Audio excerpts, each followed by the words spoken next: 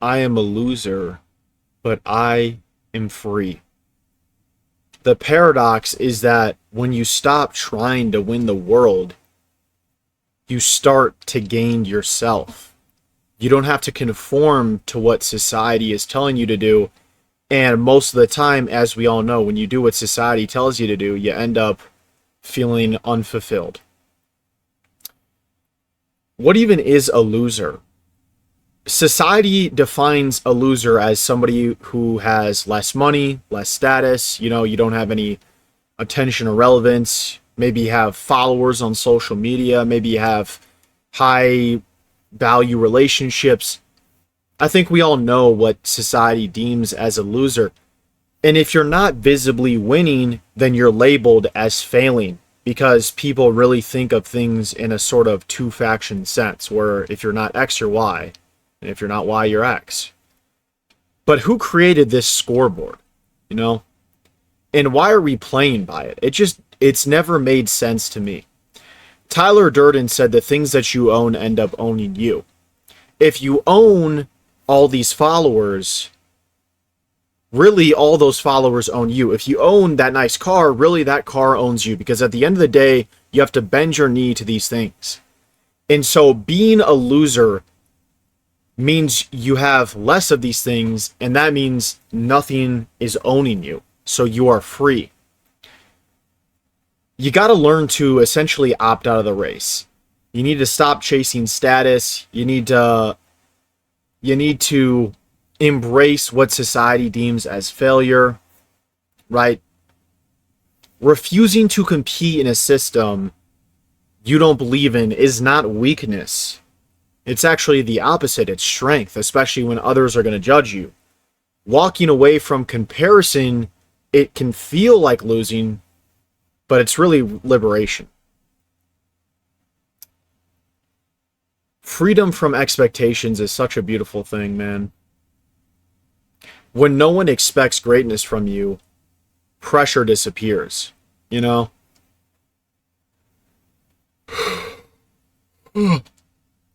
And when you don't have pressure, life is just more fun, right? When you don't have pressure to perform in school, you don't have to get good grades, you're a lot more chilled out. As Kanye West said, when in school did you have the most anxiety? On test day. Why? Because there was pressure. There were expectations that you should do well on the exam. If there's nothing to prove, then you can just breathe. There's no weight on your shoulders, right? So more people, I wish, could embrace this fact, but most of us, even myself included, are still heavily attached to or base our value off of how others perceive us. And this comes from a lack of internal validation. You know, Diogenes, Tyler Durden, they both talk extensively about being free, and to be free, you must let the chips fall as where they may, you know? Let life be as it is, because the more you try to control it's pretty much a no-win game. It's a losing game if you're trying to control everyone's perception of you, because no matter what you do, you can never get everybody to like you. And when you constantly are trying to do that, you're sacrificing yourself, because you have to be fake in order to do that. And it begs the question, like, at what point is it just too much, you know? Rock bottom can be peaceful because there's pretty much nowhere left to fall. And also you'll realize that everybody is desperately trying to get away from rock bottom. And so they'll be, you know, more or less above you, not by a lot, but above you to the point where you don't have to deal with them, you know? And that's kind of fun. There was a kid in my high school who I was friends with. And this kid, me and him were kind of on the outskirts of the main popular athletic friend group, whatever. Like, you guys know the dynamics in high school. And, you know, he desperately wanted to try to fit in with this friend group.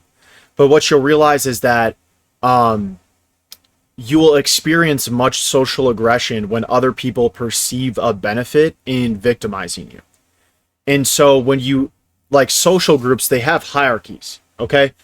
And this is very natural. Large friend groups, they have hierarchies, which means someone has to be at the bottom. Now, the role of the people on the bottom and this is not just in friend groups, this is also in society, but it's to take all the projection and angst of the people that are above them, because it allows the people above them to feel superior. Now, these people on the bottom, what you have to understand is they're in the circle, but they're simultaneously outside of the circle. They'll never get invited to anything serious, but the moment that they're needed, that people, that they want that dummy to just pint out all their anger on, they'll be invited, they'll be brought along, right? So you're basically purely being, you're basically being abused and just utilized for being a person. And being a person has a value in that you can shit on that person, and then, you know, you feel better about yourself if you're one of the higher ups. But the only way to combat this, the only way to beat this, is to not play the game, is to remove yourself from the situation. Because no matter how hard you try to belong, you can't be treated as an equal, because that would go against what it means to have a hierarchy. And the people on top desperately, in a weird way, they're seeking validation from you. They want to feel better about themselves by comparing themselves to you. And so if they were to treat you like an equal, they want to feel better about themselves. So that's just not going to happen. So don't waste your time. Don't waste your time on any of that. You must learn to just detach from the validation altogether. Being seen as a loser strips away the need for approval. You stop performing, right? You start living more honest, because you're no longer protecting an image. And so that friend that I was telling you about in high school that was like always trying to get on the inskirts, eventually, like, we graduated high school, and you know how when everybody still lives in the same hometown, they're still like friends, they're still in a circle, and they're still, even though you're away at different colleges, you're all like doing you're all still interconnected. And so there's still a type of like hold where people just want to be on the ends of the friend group still. Well, that friend, like, he completely severed all relationships with these people, and he really just focused on himself, to the point where then when he started focusing on himself, because scarcity creates value, these people were trying to pull him back in, and he was like, nah man, I'm good off that, like, I'm done with you guys. And it pissed them off, because they were like, dang, like, the guy, like, I thought I was better than him, but now I don't have control over them, so it makes them feel bad, and then in turn makes him more desirable. But the coolest part about it was he started just doing like things that he truly wanted, man. He started like making music, he started cooking, he started rock climbing, he started just like awesome shit, bro. And I'm just like, man, good for him. And it's like, it was honestly inspiring to watch. So I started to implement more of that in my life. But yeah, being seen as a loser in the end is the ultimate winner. And what's funny is, as you get older, like, everything levels out. Like, most people are not extraordinary, right? The average person is mediocre. Like, there's a good chance that everybody that you grew up with, or all the people that you're in a weird situation with right now that you're seeking their validation, all of them just end up mediocre. Very good chance. And so then when you get older, you realize, oh my gosh, I should have just lived the life that I wanted to. And I'm saying this as a 22-year-old right now. But like, for most of us, like, once this, I know I keep bringing this up in my videos, but like, once AI gets really good and it starts to take all the jobs, there's going to be universal base income, and people aren't going to be doing desk jobs anymore. So they're going to start to like realize that, like, oh, that endless pursuit of like superiority, even if it's in the working, even if it's in corporate America, whatever it is, like, it's all useless, and you should have just been doing what you wanted to the whole time. You should have been creating art. You should have been building something that inspires you and can inspire other people like you. And I just know for a fact, I'm 22 now, but I know for a fact when I'm older, my regrets aren't going to be what I did do. They're going to be what I didn't do. I wish I would have, been myself more and started to chase these things. I've told you guys, I pretty much severed ties with almost everybody I know. And now I'm living in a basement, but I'm making social media, and I absolutely, I love, YouTube specifically. I absolutely love, I love the community that I built. I love, all you guys, a lot of your guys, when you guys comment on the videos, I'll, read the comments, and I'm like, dang, I, relate to you guys. I really feel, it sounds corny, but it's like we're building a community of all these people that feel the same way. And you guys will, leave something in the comments, and I'm like, yes, bro, that is exactly how I feel. That is exactly how I feel. But what we need to do is shift our the idea of success. Maybe success is not dominance. Maybe it's autonomy, having control over yourself. Time is more valuable than money, in my book. Peace is more valuable than praise in my book, right? Freedom to think your own thoughts is superior to fitting in with a crowd in my book. But it's hard for people to get to that point because you need to be secure in yourself before you do those things. Not, I shouldn't say before, but that's what people perceive, that you need to be secure before. I was not. I'm much more secure in myself now than I was before, but I'm still not. I wouldn't say I'm like absolute in my security, right? Like I'm not there yet, but I'm getting better at it. But what I realize is it's just like you don't need to take those steps after you've like reached that security. You can do it while you're still trying to figure things out, you're working towards it.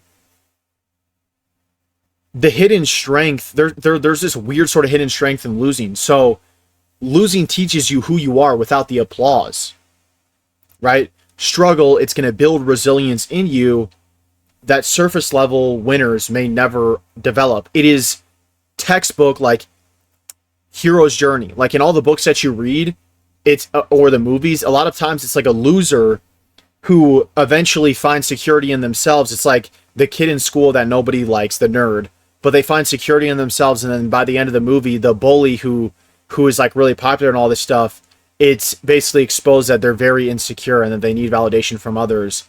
And that's a really easy like example, but it's true with like almost any book or like great hero's journey where, you know, the protagonist needs to develop a sense of self, and then in the end, but they're going through the journey as they're developing their sense of self, because the journey will teach you. You have to take action before you're going to get any results. So do things imperfectly and you're going to start to win. You learn to survive without external reward, which is pretty much the ultimate thing, because then your ability to have motivation is far greater than anybody that simply gets it based off of the reaction of the crowd. But yeah, those are my thoughts. Thank you guys for watching.